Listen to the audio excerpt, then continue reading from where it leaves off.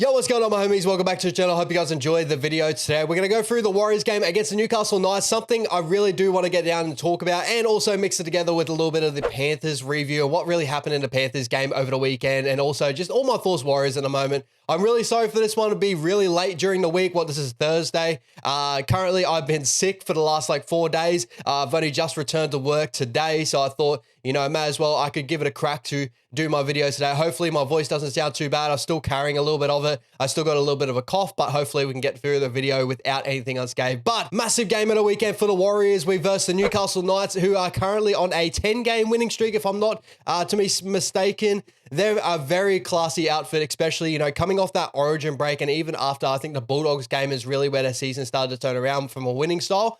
But you've seen little bits of it during this year with the Newcastle Knights, where obviously Jackson Hastings has been really great for them, a great addition. Kalen Ponga, when he's on the field, is one of the most damaging players, especially when he's gone back to fullback. That 6 sort of thing didn't really work out there. And it didn't really make sense when they were trying to run with KP at 6, especially when they signed people like Tyson Gamble and all that from the Broncos. And we're starting to see Tyson Gamble probably play some of his best football of his career. But I also do want to put it down to their great forward pack that's very underrated at the moment, that I honestly do believe. Obviously, their front row is not really where maybe to our standard, if that makes sense. Like Adam Fanor-Blake and Mitch Barnett, I do believe, has it over like a Jacob Saifidi and a Leo Thompson. But I feel like Leo Thompson's one of the most underrated front rowers in the competition right now, does a lot of good work. But then also you got someone like Adam Elliott that does a lot of the massive work for the middle at the moment too. So ever since a lot of the Knights year this year, you start to notice when their injuries started to come back. Like Adam Elliott, he was injured for most of this year. We do remember, I think the first game of the season, I don't think Adam Elliott played against us. Then the second game of the season for the Newcastle Knights, we played against Adam Elliott. I'm pretty sure that was his first game back.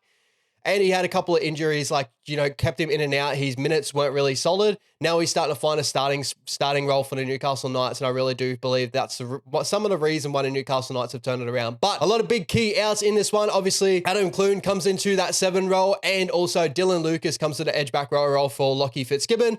Pretty disappointing for Fitzgibbon. This could be his last game, or last week could have been his last game of the season, especially going out with the Super League. I know I'm talking a lot about Newcastle Knights here, but I want to give the credit to our opponent, especially coming into this weekend, because they are a classy outfit. And I don't think people the way the Knights have gone through the season, they've always had spurts of really good form, and that they've just been waiting to put it all together. They've had spurts of really defensive, hard-nosed, great victories, grindy victories. Now they're starting to attack, is starting to flourish. And the Newcastle Knights, when you start to see their back line, you can understand why their attack is some of the best attack in the league. And that's something we've got to be wary about, especially with some of our edge defense looking a little bit shaky over the weekend. I would say that the one side I'm more so worried about is maybe the Dom Young, Dane Gagai edge on Adam Pompey and Montoya. We've seen them burnt by a couple of quick men earlier on this year. Jason Saab takes a name there, and even over the weekend, Nathan Cleary finding a really nice hole next to Adam Pompey.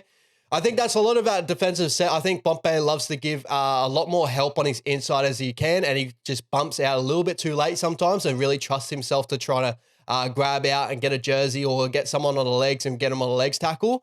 I do worry about that, especially against a Dane Gagai that loves to put Dommy Young for a whole lot of space. Or when they do that sweeping play, we saw Tyson Gamble like to get on that edge, get Kalen Ponga onto that center sort of look, and then Kalen Ponga puts Dommy Young through. The other side, we just got to have to contain the two monsters of Braden Best and Greggy Marju. They can beat you on the outside, but not more so. They're not they're not the biggest, fastest football players on the pitch, but they are strong, and they'll do a lot of big post-contact meters, tackle breaks, and all that sort of stuff. But I believe that Rocco Berry can do a massive job there as well. So that's my couple of keys of my thoughts against for the Knights of them coming into this game. A couple of keys for us, obviously, we need SJ back, and I do really want to emphasize that. I do believe that over the weekend, our effort, and this is me touching on the Panthers game a little bit more. If you do want to check out my slight quick review on the Panthers game, go check out my YouTube short, and that I give it a kind of a really quick rundown, but it really gives you over my thoughts over in the game. But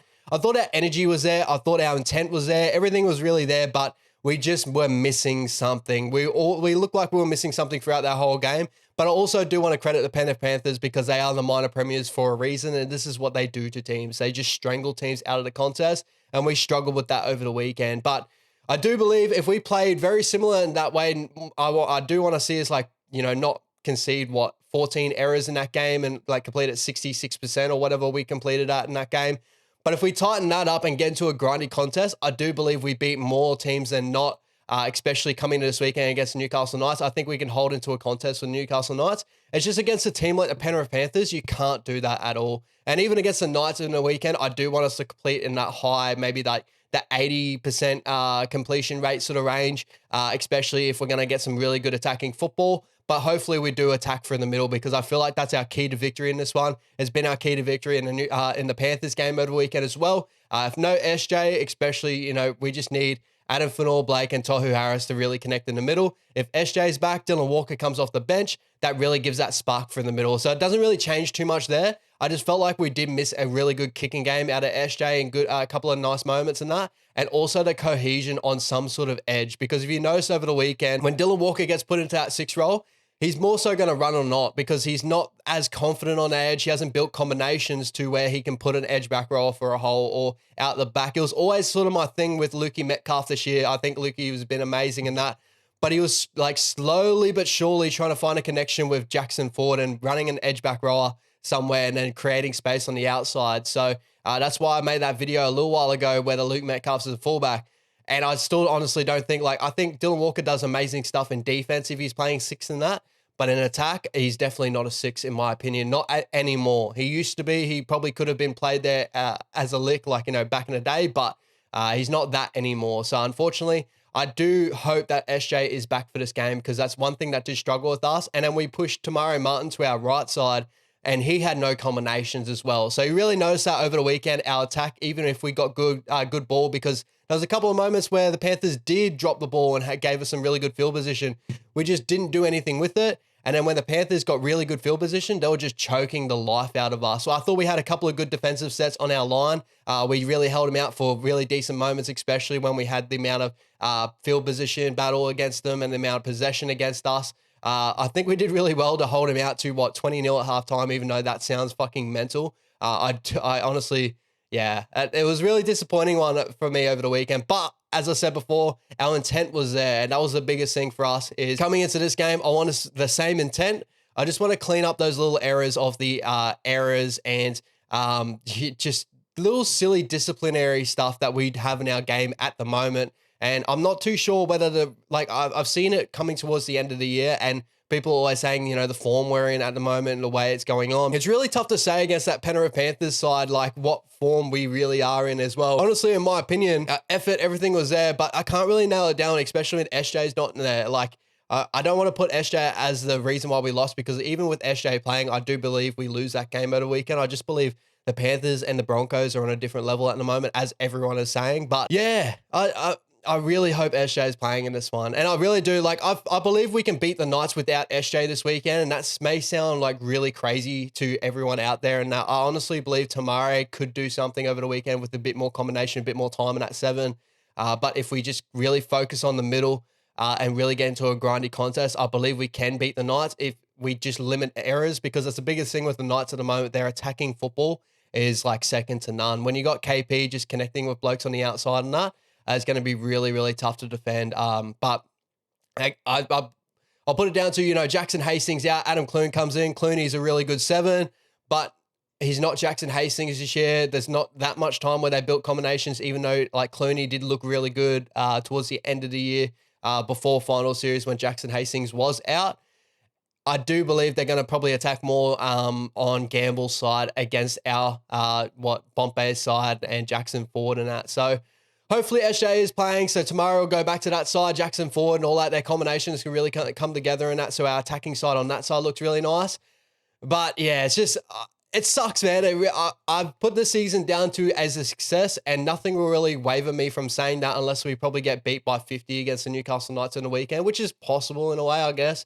But I honestly still believe that the season has been a great success for the boys, and really growth and a stepping stone to next year. Whether how far we go this year, whether, we win this game, go to the Suncorp Stadium, get beat by the Broncos, or we lose this game in a close affair, we drop out, we still have that whole thing of we came from a bottom 2 team, a bottom 3 team, to now in a top 3 team, a top 4 team.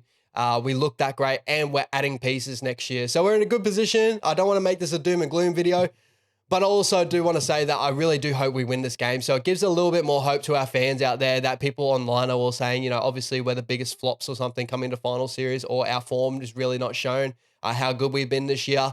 And like people are saying, we've had the easiest draw in that. Like, yeah, I don't agree with any of that. I honestly think we've played really amazing, consistent footy this year. I really hope that we can continue it on and really see it flourish in the final series in this game, or maybe in the next game. Hopefully SJ is back so he can do that. But again, like, you know, yeah, I believe we're in a really great position, especially RTS coming to the club next year, coming to play in that center role. Really excited there. And then you got Chanel coming to the club as well. So I'm really happy for that. All right, guys, I really do want to get your view on the game as well. I know I a little bit rambled in this one. I had no notes really to run with. I just come home, like legit, I've just come home, sat down and spoke to you guys, took a shirt off, put a shirt on. I just want to see you guys and all that sort of stuff, because I have been, you know, sick a little bit, and I was debating where I was going to do a video today, if I was going to be good enough, or I don't want to get some rest.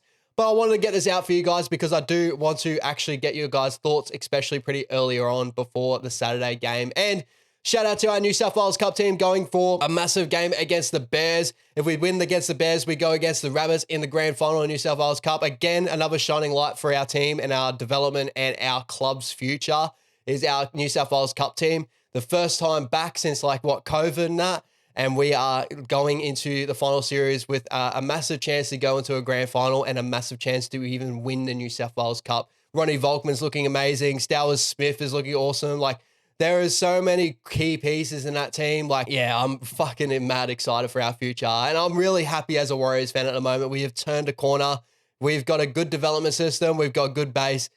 More should come from this, and be happy as a Warriors fan, especially like celebrate this weekend. We're in the final series. Hopefully we do get the win against the Newcastle Knights, but also celebrate that we've come this far. We're going to continue to go this far, and hopefully next year we can make this 8 again. So hope you guys enjoy. Please make sure you like, subscribe, and comment down below your thoughts overall.